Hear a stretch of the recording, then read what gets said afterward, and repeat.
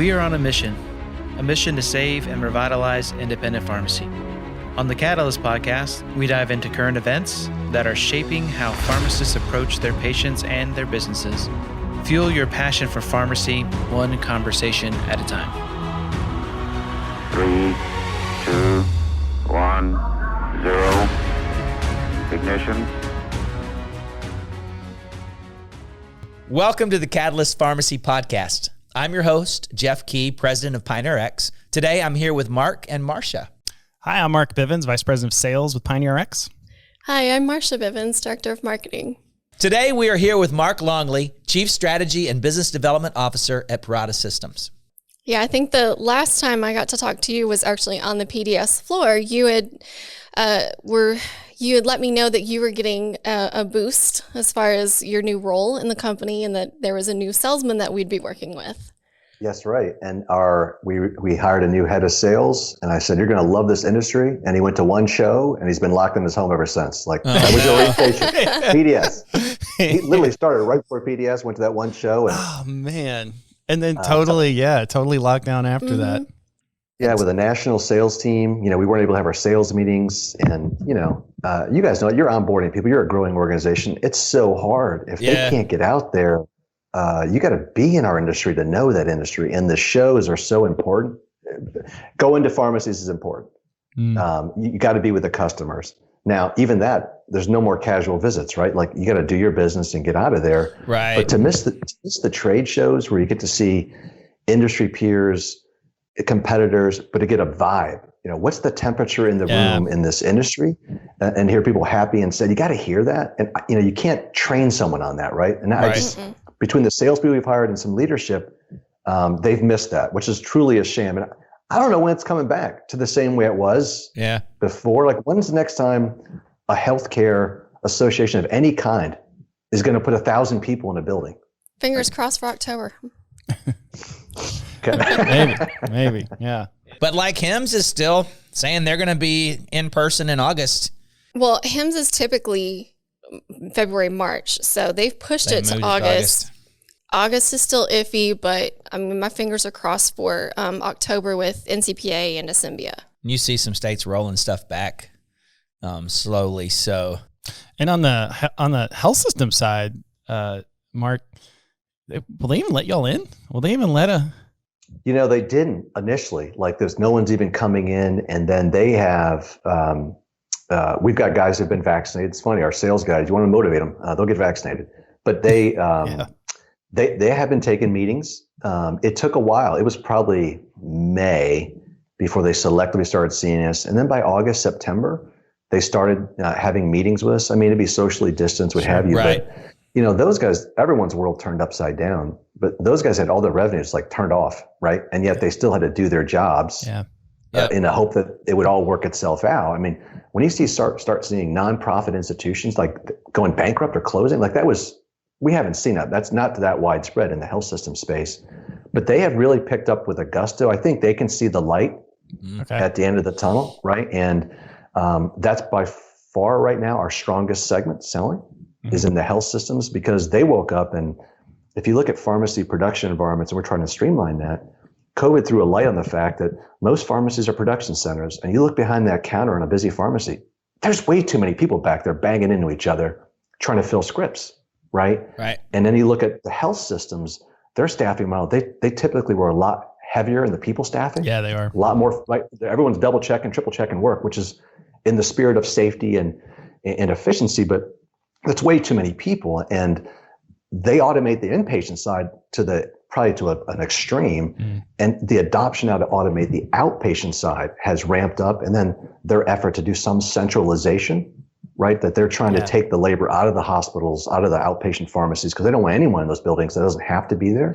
So we've seen a significant adoption. Now that institution, unlike an independent, where you walk in the door and the owner operator is right in front of you, and he can write you a check if he feels it's important.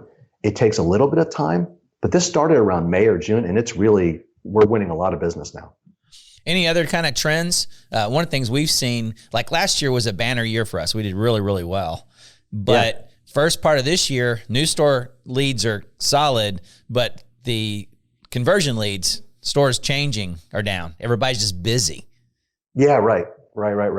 Yeah. I mean, Jeff, they're sticking needles in 200 million people's arms over the next 4 months, right? Yeah. And it just seems like the vaccination wave 3 weeks ago, we're never going to get enough doses. And now, I mean, now the pace has picked up. And luckily, the economics for pharmacies, if they have an efficient model, there's some money in them to do this. It's not a killer, but it's decent money for them to do the vaccination. I just know the folks we're working with are busy as heck doing that. I hope they take this opportunity during the vaccinations to really not sell as much, to promote their awareness to the customers of their other services, because I can guarantee the chains are doing that. That they're loving getting that foot traffic back in, whether it's on-site or off-site, promoting their services. I hope our core customer base in the independent space is turning their marketing hats on and using this as an intervention, but also as an awareness of other stuff they can do. Yeah, no. So yeah, they're very busy. We had Vicky from Good Day on, kind of talking about that same thing. They really use this as an opportunity to put themselves in front of patients they don't normally see. Right. Yeah. I mean, think about the opportunity this industry has. They've been asking to be treated like true healthcare providers and just providing a clinical service other than just dispensing. And now they're on a stage which I don't know there'll ever be this many bright lights. Now, I think it was unfair how the big guys got the vaccines for. I mean, that was okay. We'll call it some inside cooking, but I see a lot of our leaders taking the chance to kind of promote themselves. And I hope this is the beginning of a wave of a realization from the payers and other folks. This segment of our healthcare system plays a vital role. Yeah. Right. I mean, we need them there because the hospitals and doctors' office don't not want all those people coming in. Pharmacies can do that, right? So we'll see when we look back on it, but this is a heck of an opportunity for our industry. Yeah. A lot of people look at that, well, hey, the big guys got the vaccines first, and that was dirty pool. And that, in reality, it's not. The problem with independent pharmacy is the pro that you just said. You know, your pro was for pharmacy, I can walk into the one guy and get one check. Yeah. The problem with independent pharmacy is I got to walk into 20,000 to get a signed agreement. They don't have somebody to negotiate. Now, fortunately for independent pharmacy, each one of the big wholesalers and then CPSN on the NCPA side were able to negotiate on the behalf of them. Yeah, it's just slower because a CVS or Walgreens can take risk, right? They can say, yes, I indemnify you, this kind of stuff. Right. A CPSN not going to indemnify the pharmacy to federal relationship. And so you have more stuff to negotiate but it was NCPA played a big role in helping a lot of independents get the vaccine when they did. And so did the, some of the wholesalers and they all kind of worked together. But it's one of those things that it's clear going forward, you're going to have more ability. If independent's going to survive, you're going to have more of ability for somebody to negotiate clinical solutions on their behalf. Totally agree with you. Totally agree with you. And I mean, congratulations on the Red Sale combination. And you guys are in how many pharmacies now have the suite of solutions? Is it 7,000? No, it's upwards over 8. Close to 8, right? Yeah. Yeah, it's closer to 8. Between like the LTC side of the house, right, and DocuTrack and Pioneer and all of the QS1 business. But yeah, about 8, I think. 8K is last. I mean, that's a lot of frontage, right? Their location and data. Yeah. And you hope that other than best in class solutions, can you all provide that, between the data and some sort of a network to give them leverage to negotiate and just do other things to take it off their burden, let them be the clinical providers, but get them some sort of leverage you can't level the playing field, but can you make it a puncher's chance in some regards? Yeah. Well, you have to have somebody. It's not just like we were talking before. It's not just leverage. It's about somebody to negotiate and somebody them trusting to do that. But then it's also about creating a consistency. A CVS or a Walgreens through software and threat of fire can push a consistency across them that they can't by the other. I get upset sometimes. I go in a restaurant and they say, hey, we're out of romaine lettuce. I'm like, there's a grocery store across the street. Well, they don't get it from the grocery store across the street. They get it from a shipment because their group controls the exact type of romaine they get and everything like that. So one of the things that we hope to do with more, and we're almost up to 5,000 pharmacy systems, is to try to provide that consistency in the software and try to make things where the pharmacist almost has to go out of their way not to fulfill the clinical goals that they have to complete. Yeah. And then you can start to kind of negotiate together. Yeah. Yeah. That's a network. I mean, that's right. A network requires some sort of consistency and uniformity to actually have that, right? Yep. Yeah. I've done a lot of reading on, with this, you got the vaccinations, but you have other services. Do you all get involved in the billing? I've heard that the billing concept that they're asking our pharmacies to do billing, and they don't have billing software. They're not familiar with it. That's more of a practice management application. So you talk about clinical services and what have you. Do you all get involved in that? Are you being asked to do that? Absolutely. It's one of those things you look back 3 or 4 years ago, and a lot of people were coming to us, some of the big guys, and saying, hey, let's get medical billing and pharmacy software. But nobody was doing medical billing. So it's kind of a chicken and the egg. You can't do it or you don't have it. And so a lot of this and a lot of the clinical services are traditionally done in a clinical billing style. The problem with getting set up for medical billing is you generally have to set up a relationship between a provider who's a pharmacist, not a pharmacy, right? Yep. And the biller. And so there's lots of these relationships you have to set up, credentialing and things before you can even bill one. And so there's a huge expense with these. Hey, I'm doing 5, right? With 4 different people, and I had to do all this setup expense when only a part of what you do is medical billing. So they're experimenting. CPSN is working with some payers who've agreed with that and said, yeah, okay, that's too laborious. We'll take a care goal. We'll take some other instrument. So I think you're probably going to find that you have 3 kind of billing metaphors out there. You have your traditional medical billing, you have your traditional claim-based adjudication, and you have this third guy, which is going to develop more out of a pharmacy, more of a care plan that has a structured kind of HL7, allowing a pharmacy to bill a payer based on relationship. So you see a lot of that taking off. I mean, do you think the pandemic is enough to, it's created awareness on billing outside of the traditional filling. I mean, do you think that's going to push a lot of folks over to embrace that and start flipping that revenue model from the traditional filling? Well, if they have something that they're going to make money out of, that they can flip on this medical billing, get that set up, whether they're doing it through Change or Omnisys or somebody like that. Once that's up, well, then the next thing to do with that person's easier. Yeah. Right. Yeah. So I build COVID vaccines through this payer.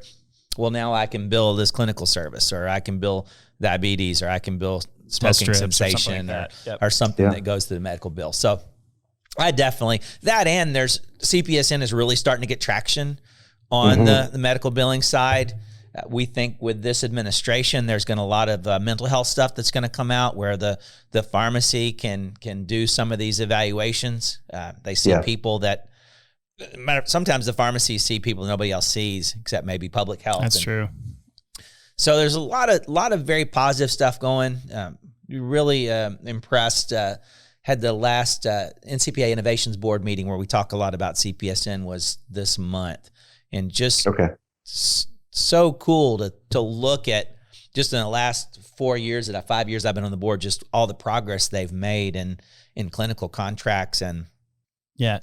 And I would say the folks that kind of had a head start with all of this COVID stuff, with the folks that are already doing a good amount of like DME or already using that medical billing side, they just had to kind of plug and play. And those guys were kind of a little bit of had a head start than everybody else. But you're right. It has caused more investigations into what's it going to take to do this on the medical side and the Part B side.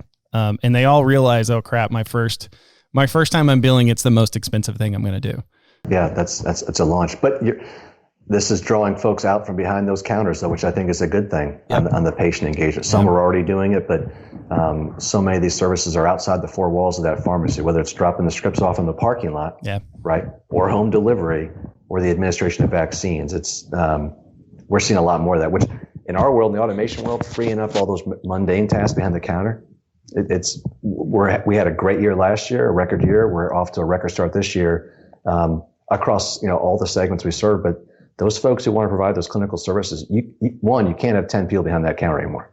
All right. Yep. So you can't. The economics aren't there really to even have that. All right, Parata Mark.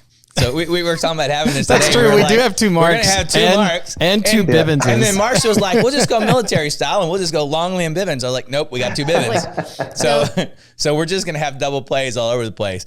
So let's do a little Ghost of Christmas Past. So tell us, let's pause and tell us a little bit about Mark. How did you, where did you go to school? Where'd you go to college? How'd you get into what you're doing? All right. It's not that exciting of a story. So I grew up in Ohio. I went to Miami University down near Cincinnati.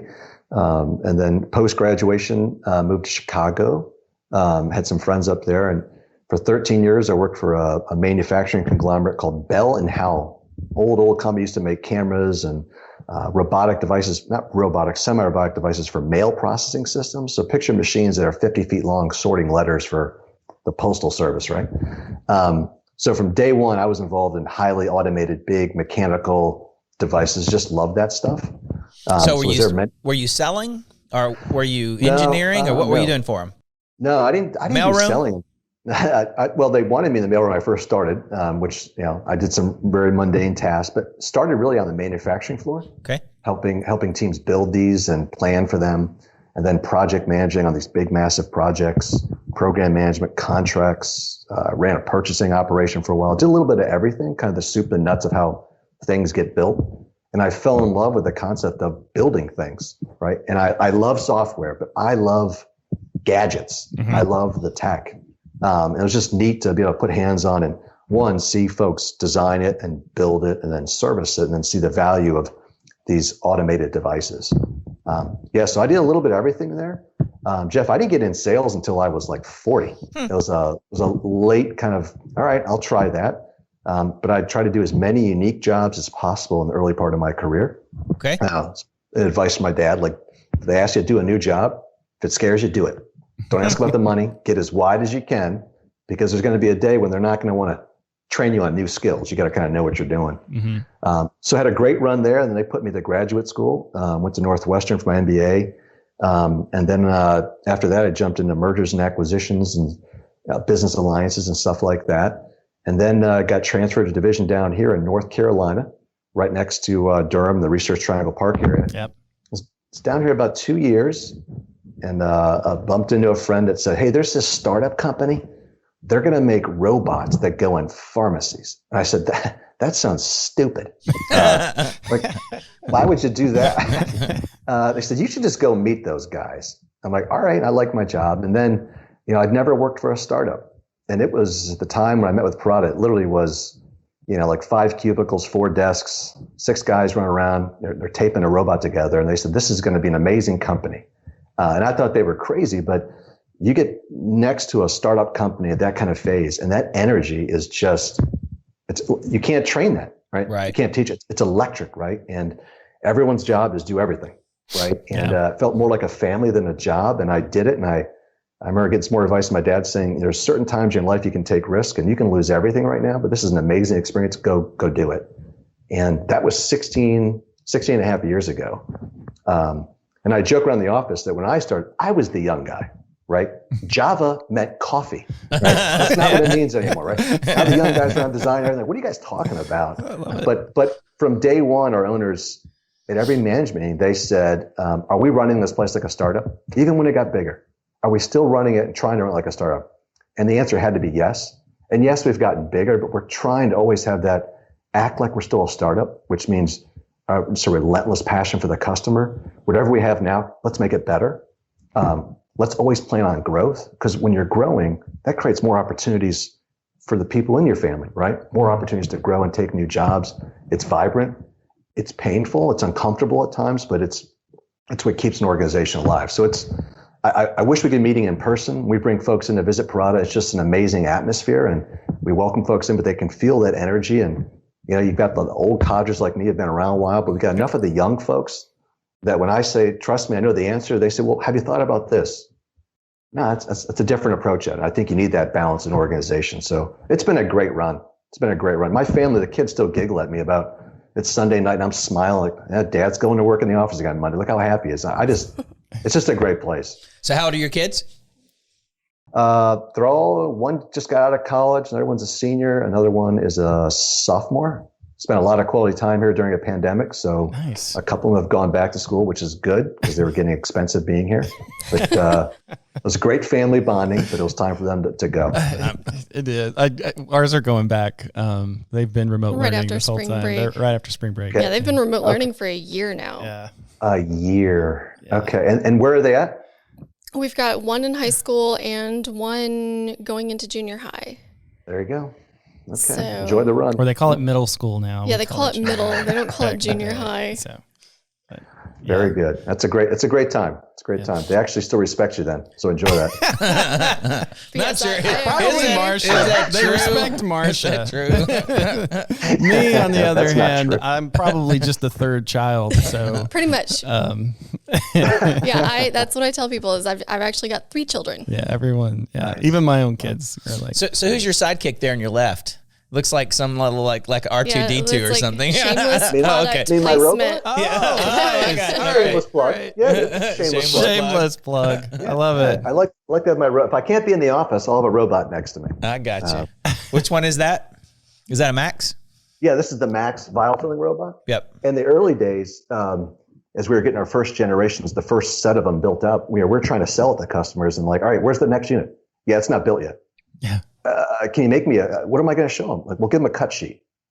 I'm not going to give them a cut sheet on a robot that's 6 feet long and 6 feet high. So we made about 20 of these models and actually would give them to our sales team to show folks like, this is what's coming. And, you can kind of see it and get a feel for it. So it's my little reminder of what it used to be. Marsha and I visited you and we didn't leave with a model. You didn't leave with a model?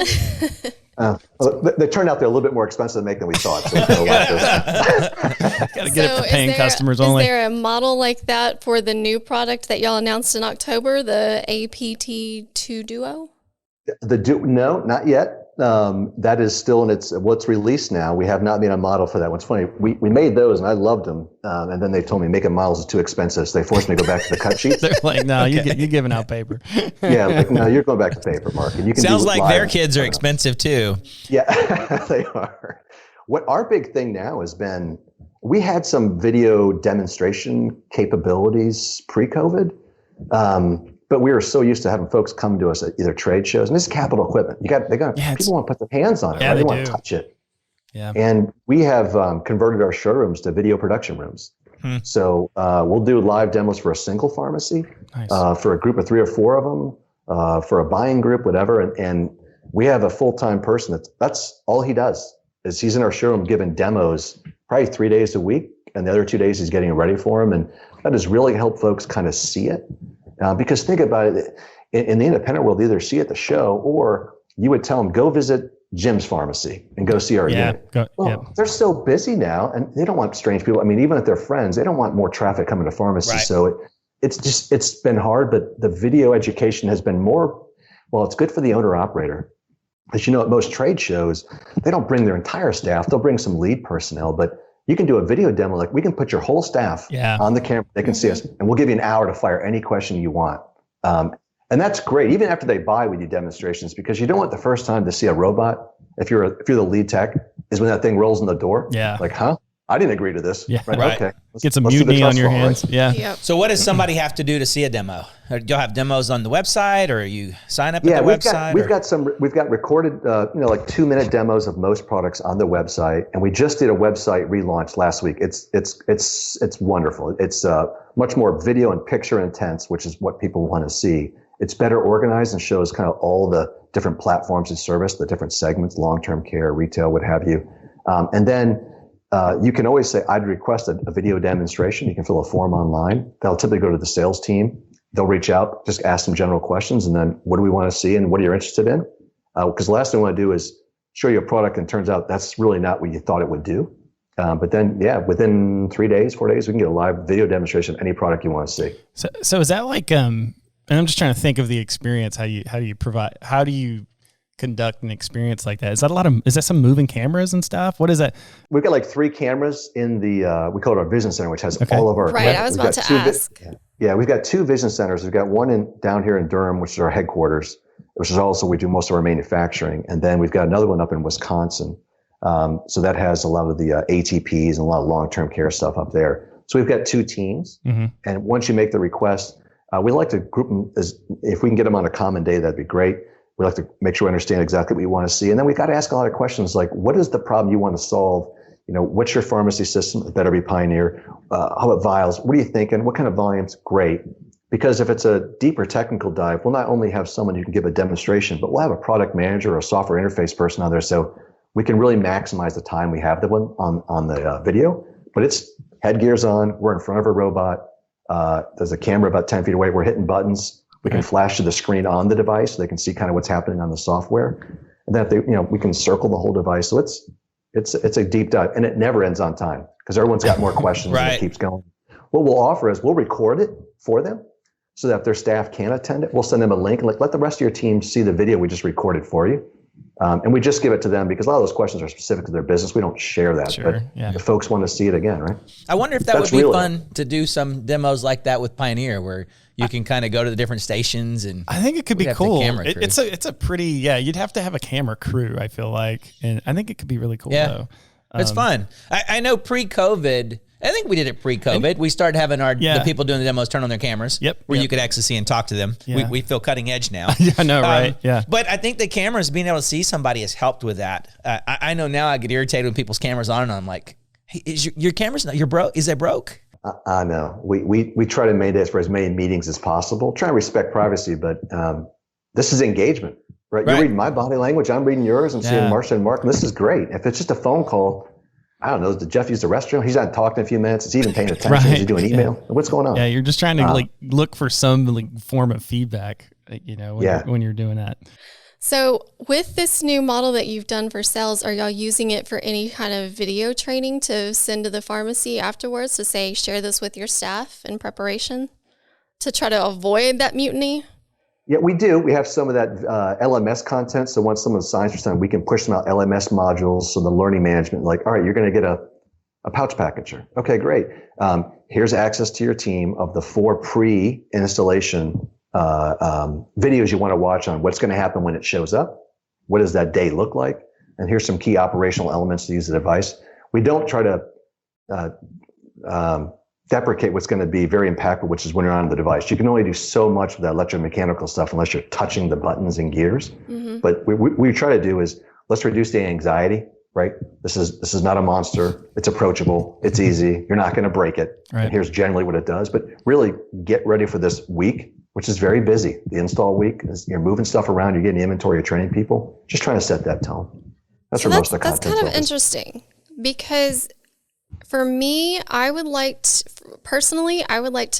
look at some of the training videos, because I think that would be real. We have the same type of thing. We have Pioneer University. So when they get Pioneer before they install it, we encourage them to watch that. I think adding Parata to that. So if somebody already has Parata and they're getting Pioneer, then hey, learn about how Parata is going to work with Pioneer in the training stuff. Yeah. I think that'd be awesome. Yeah, or vice versa. All right, so I know I said I want to make it a product video, but I'm really curious about the Duo. Can you tell us a little bit about it? That's the newest. Yeah, that's one, the new one, right? Or the blister that's with the pouch. Is that right? Yeah. So here's the big value add. So we're the number one promoters of adherence pack. We want adherence is the right thing to do. Medication compliance is the right thing to do. And while pouch kind of led the way, almost all pharmacies start out with blister packs because you can do that by hand, right? And everyone does a little bit. Now, it's a manual task. So what happens is you typically get north of 50 or to 100 patients.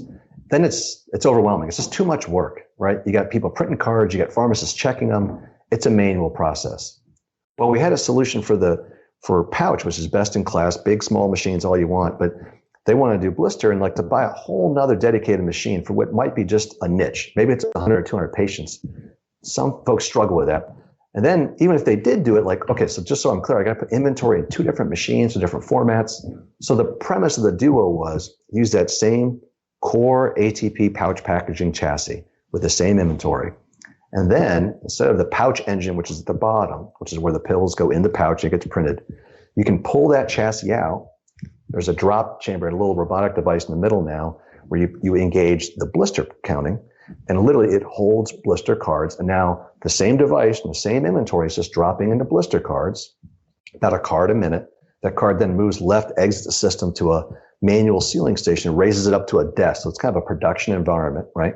So we're printing out all the paperwork, printing out the seal. There's a little station where you kind of manually apply it, but that takes that same workflow and just says, if you're going to do your blister patients, do your 40 blister patients with this machine. Just pick some time to do that, because most packaging it's pre-done before the patients walk in on pouch. It's very rare that you want to wait till Jeff walks in. Right. I know you're coming. The whole spirit of adherence packaging is I'm driving your medication pickup and regimen. I know what you're taking. So you're not going to surprise me. You come in, I'm running it in advance. Same thing with blister. So I tell you, there's a great speech in that both Joe Moose and Bob Lilneck will say, I manage my patients now. I manage my production environment versus being a as you will service. What does the duo now is run your pouches, now run your blisters. And it literally is a 2-minute changeover to pull out the one engine. There's a great video on their website that shows just how simple that process is. We just launched that maybe 4 months ago. It's now, we call it GA, which means engineers don't need to go to the install. It's ready to go. So it's an exciting new product. And it's out there? I mean, somebody's using it today? Yeah. It's almost double-digit installs. We're at some big places in long-term care, and now we're getting into some of the retail combo shops. As we all know, the lines of pharmacy, it's so hard. They're all blurring. Yeah. Everyone's doing a little bit of everything, right? I mean, we have dedicated long-term care teams and retail teams. I got both guys walking the same business. What are you doing here? What are you doing here? Right. He does both, right?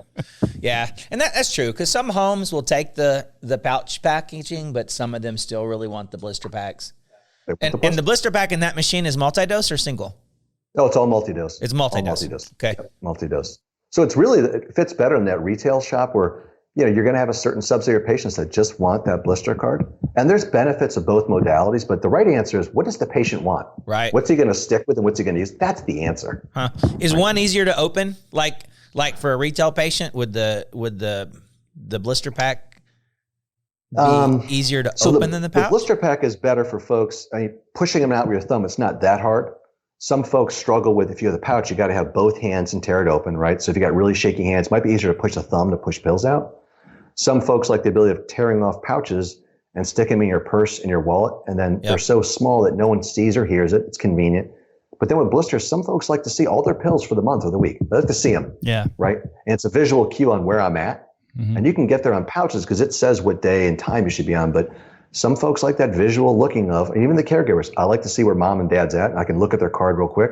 Good, they're on Tuesday. We're good to go. Yeah, it's a quick glance to make sure you're kind of, and it's been the standard of care for how many years, right? So like we said, the right answer is, what do they want? What's some of the trends you're seeing in the community setting? Is it like what we're seeing, just from what I see, there's a trend to start pooling some resources, especially among your multi-site owners. Centralization. Yeah.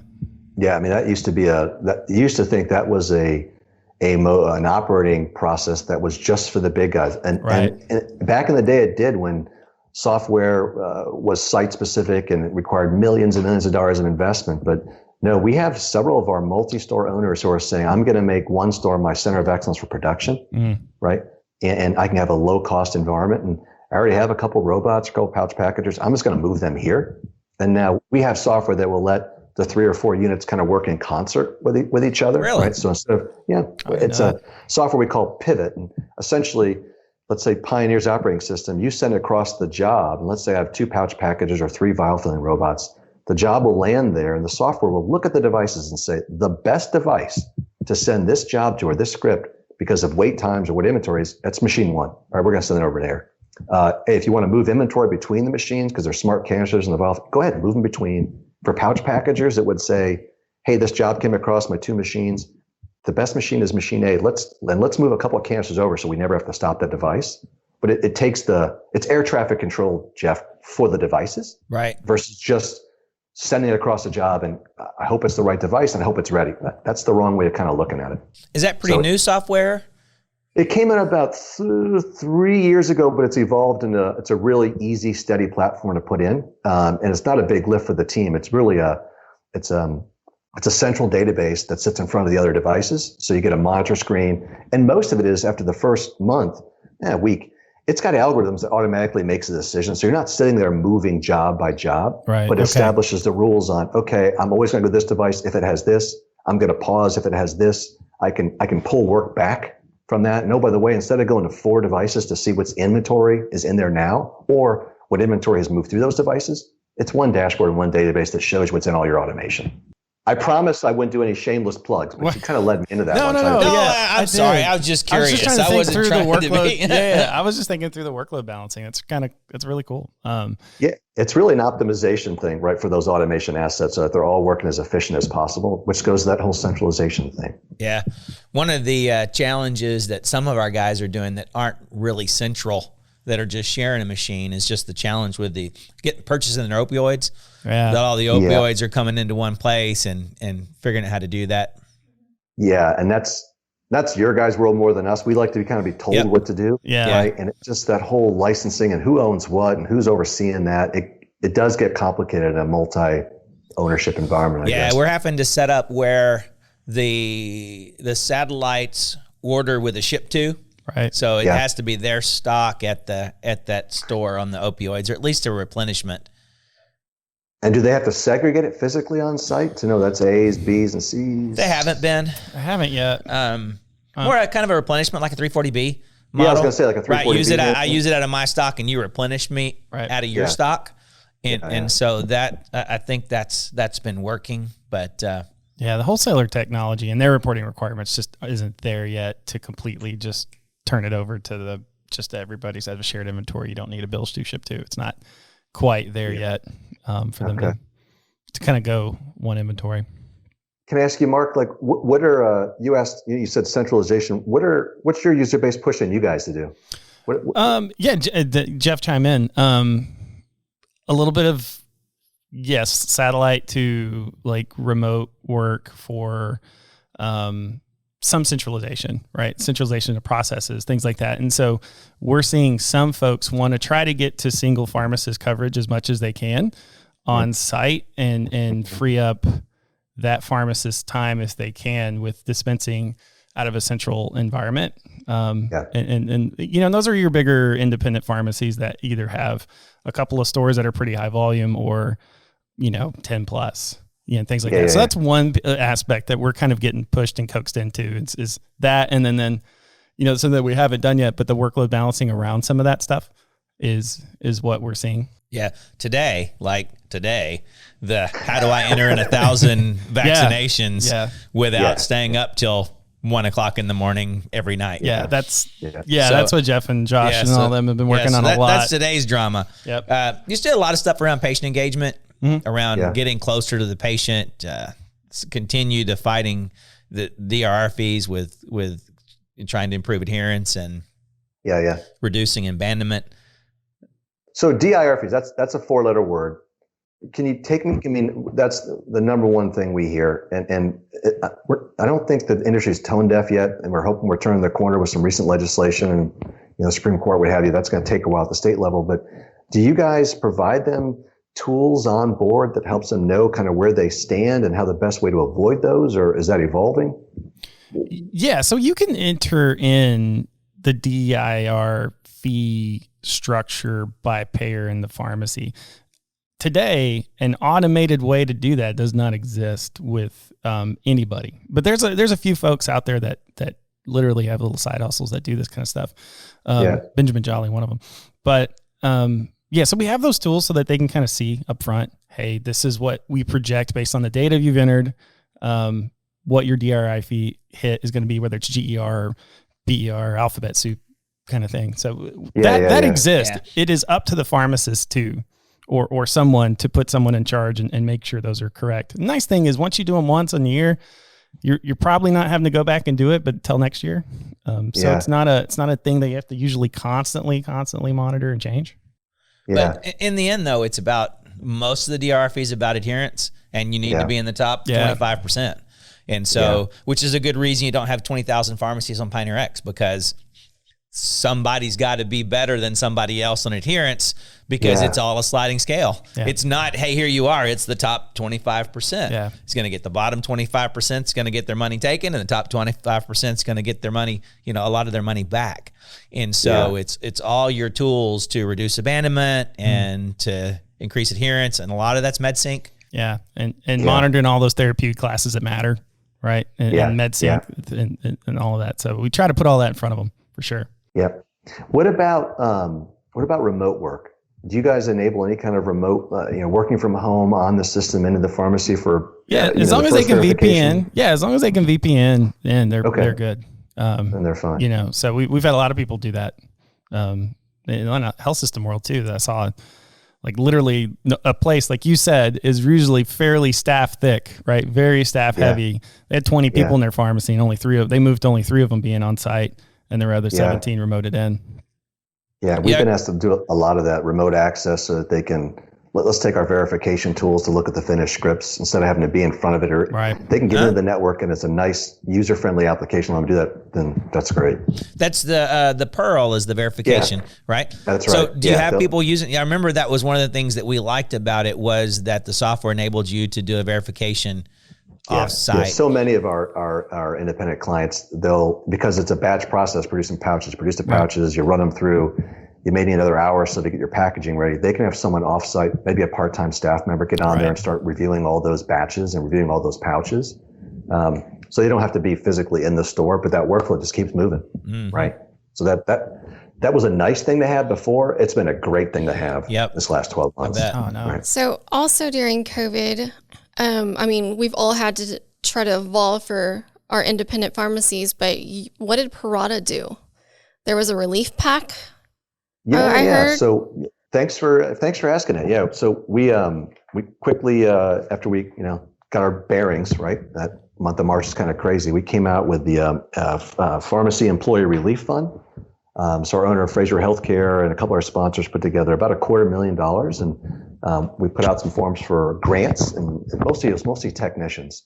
And in so many stores, technicians got either sick or for a variety of reasons they couldn't go in. Maybe they're caring for somebody, right? Or kids. I mean, the collateral damage on who could work, whether they were sick or not, was just unbelievable.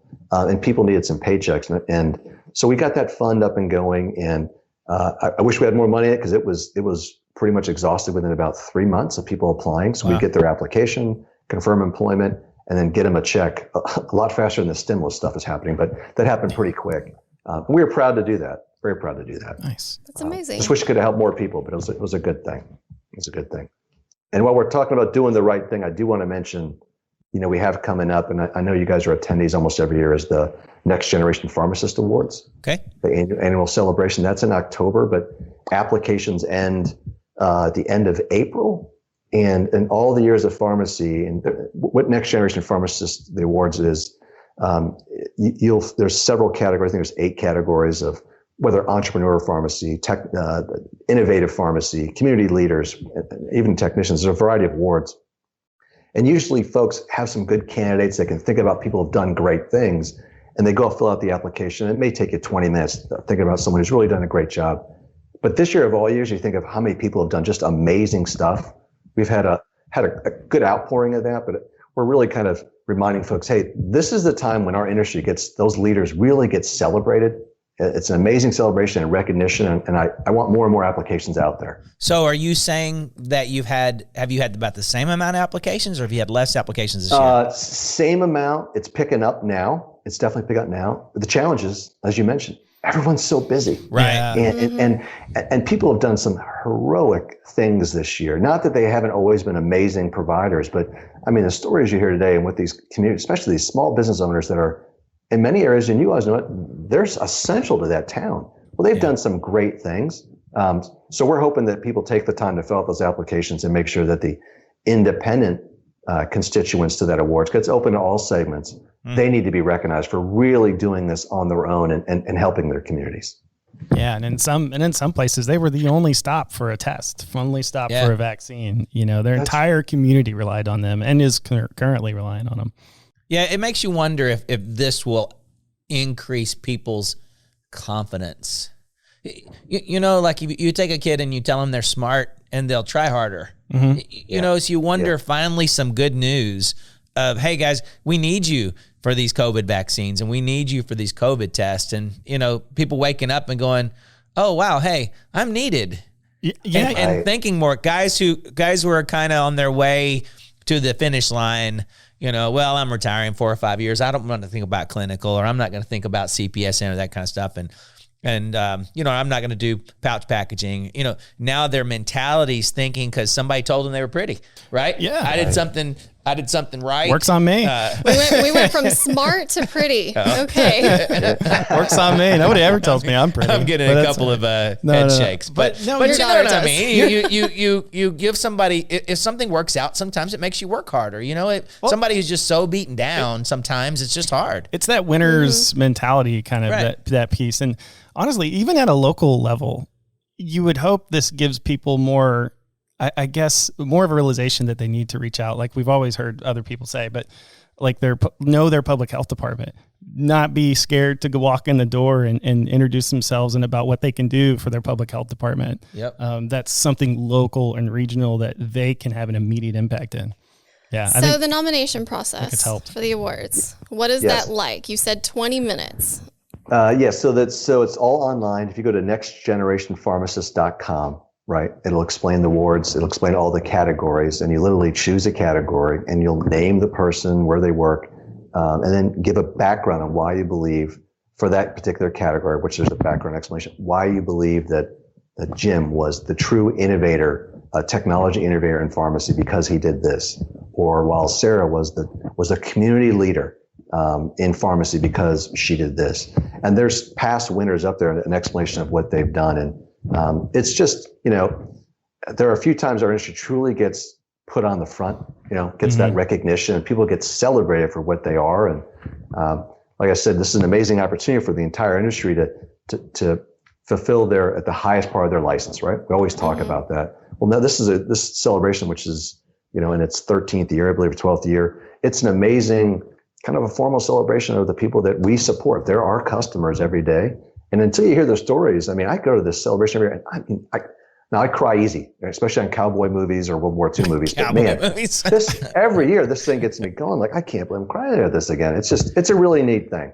It's a really neat thing. So I would encourage you, and we can talk later about maybe how you guys can promote it. I think you've been at the event a few times, but just, I mean, so many of your customers, those are innovators. Those are people growing. They should be on there, and many of them are Pioneer users. So it's a great celebration. Nice. My kids made me like cry more. Sorry. Not to get like too weird, but I was like, once I had kids, I'm like crying to Winnie the Pooh. I'm like, what am I doing? What am I doing? I used to never. Hey, let's be fair. Disney, they get they really kill someone sad. Every movie. Yes. Anyway, it's like, why? That person was awesome. They know how to draw you in. So I hear you. We get a ton of those great testimonials too, about what they've done. So now we know where to go. So what's next?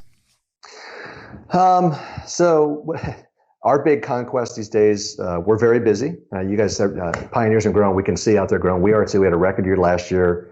We actually expanded our facility in Durham, the main headquarters, is 100,000 feet. We had 30,000 more feet on for more manufacturing capacity. That was like done March 15th. Perfect. Just great time to expand the office. No kidding. But business now has everybody been stay home. Yeah. And we have the manufacturing still there, but most of the office folks are home. But our focus has been, we have best-in-class hardware, and that's great because the move towards automation, about streamlining your operation, I think the last 10 years, I mean, it was a really nice to have, getting close to a must-have.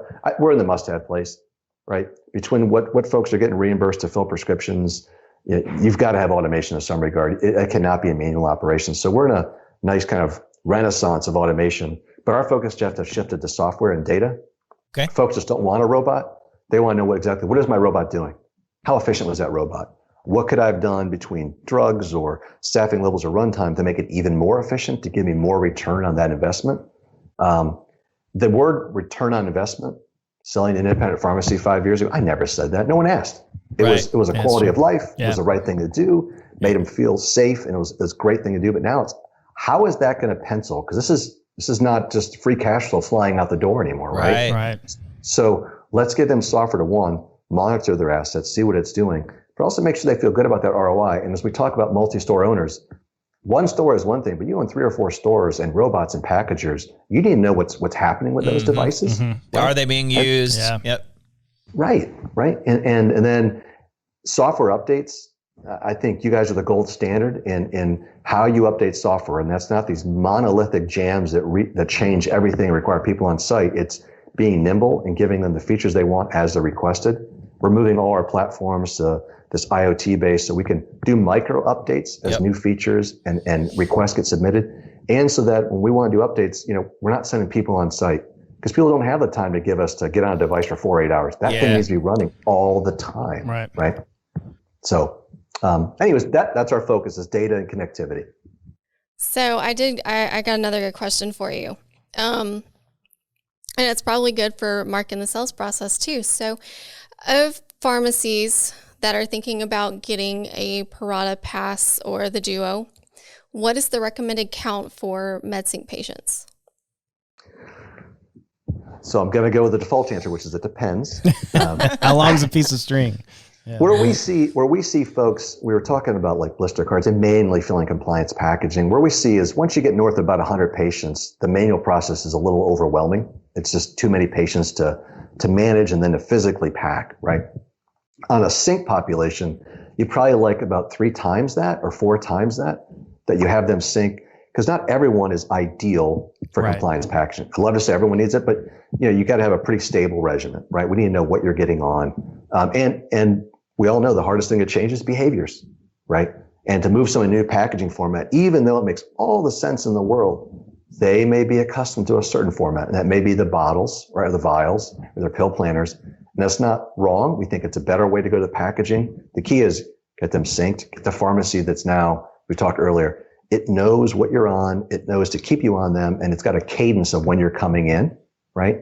And then if you can get them on the packaging, you got to target a certain subset that makes sense for you to do that and that they embrace it, right? And what we see is the most valuable patients at a pharmacy, I call them the Cadillac customers, so north of 6 to 10 meds.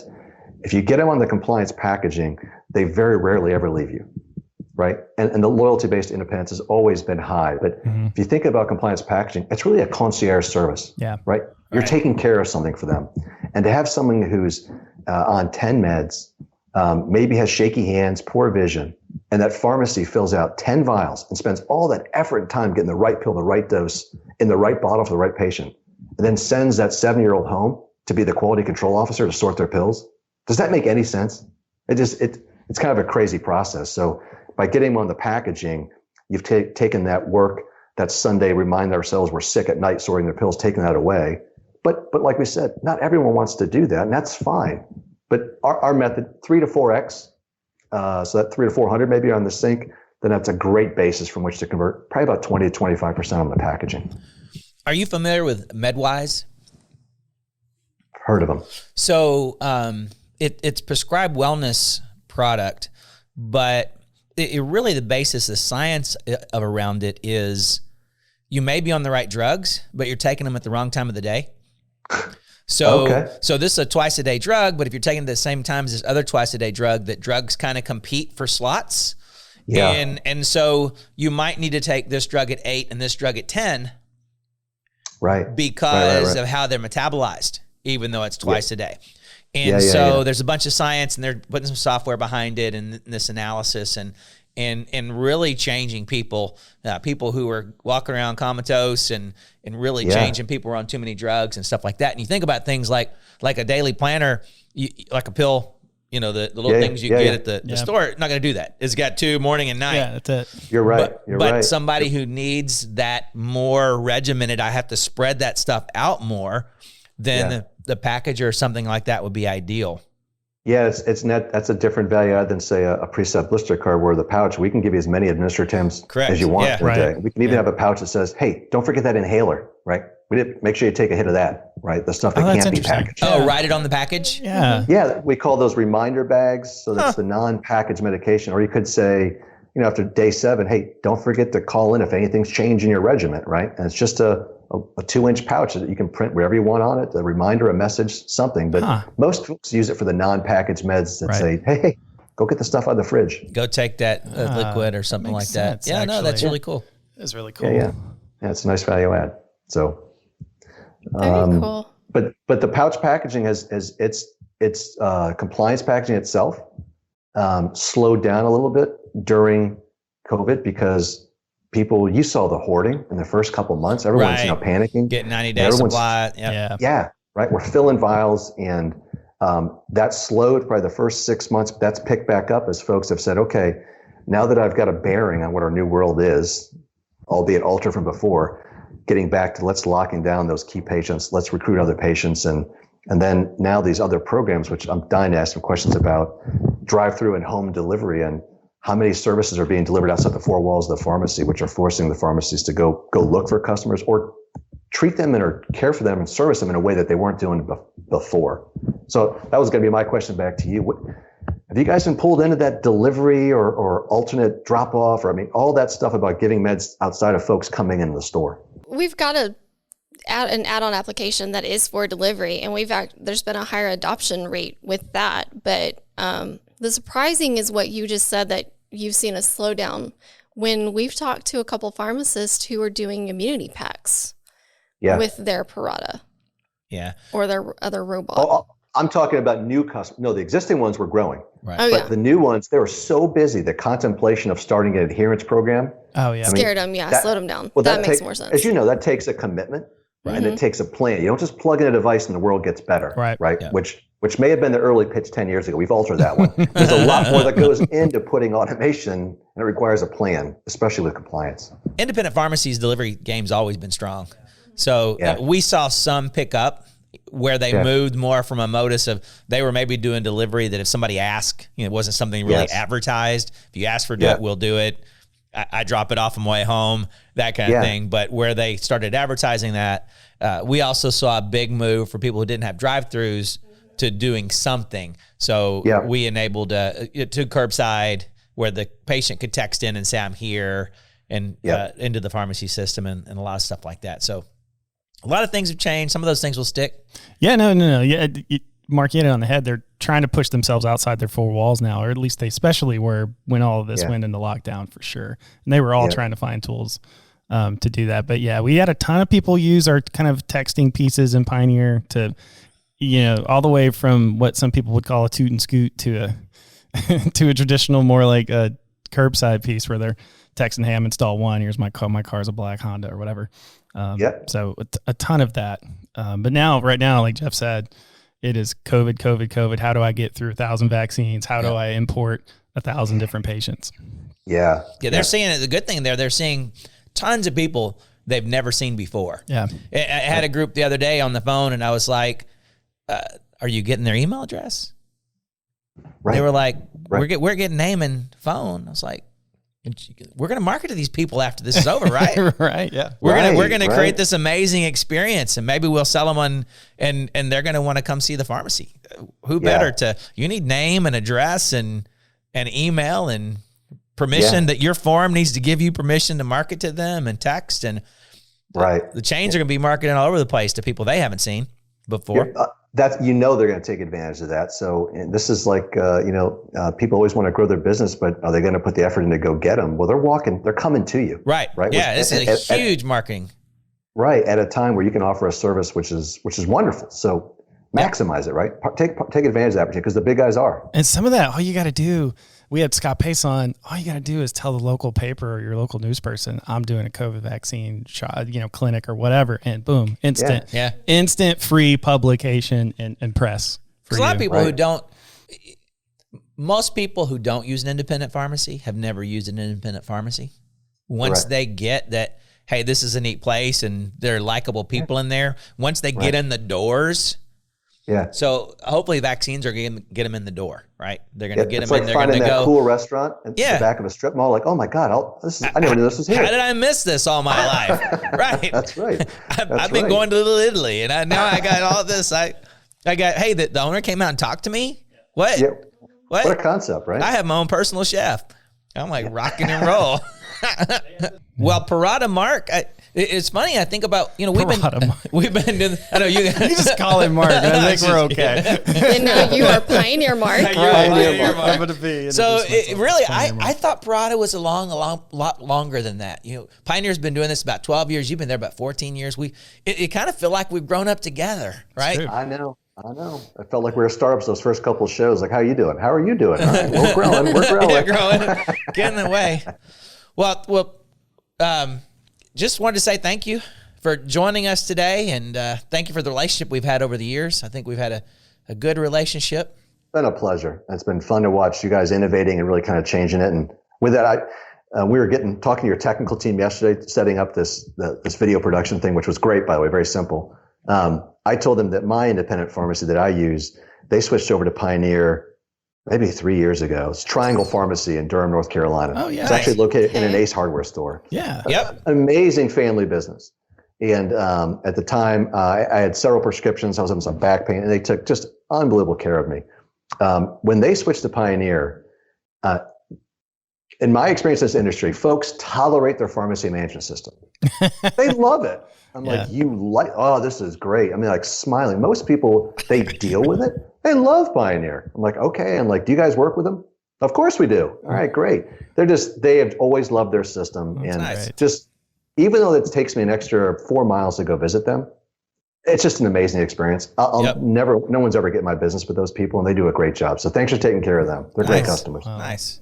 Well, we will look forward to the next 12 years. So you got it. Looking forward to it. And I'll looking forward to seeing you at NCPA. And we got to come see you. I know it. At a minimum, we ought to come early or something to NCPA at Charlotte and swing by Raleigh. Have you been to the new facility, the new state-of-the-art headquarters? We went to the facility when y'all were switching to have y'all just put us in the Vision Center. In the Vision Center. Yeah. Yeah, that was the old building. Yeah, and you were in the middle of a move, and just imagine your house in the middle of a move. That's not what you want to show. No, I've got a good idea what that looks like now. We're kind of doing that. They just redid the wood floors in their house. Yeah. Okay. Yeah. That's you keep your fingers crossed. Like it's going to look good eventually, and then when it does, you can't believe you didn't have it before. So we'd love to host you, and I think NCPA would be a great time. Come see us. Yeah, we'd love to visit. So, all right. Thanks again. Y'all take care. Thank you very much. Thanks for being on. Right, bye now. Thank you, Mark. Bye now. Thank you for watching the Catalyst podcast. If you enjoyed this episode, please consider liking, subscribing, and/or following us. Give us a 5-star rating on Apple Podcasts to help us reach more amazing pharmacy people like you. Follow PioneerRx on your preferred social media platform for the latest up-to-date pharmacy news and content.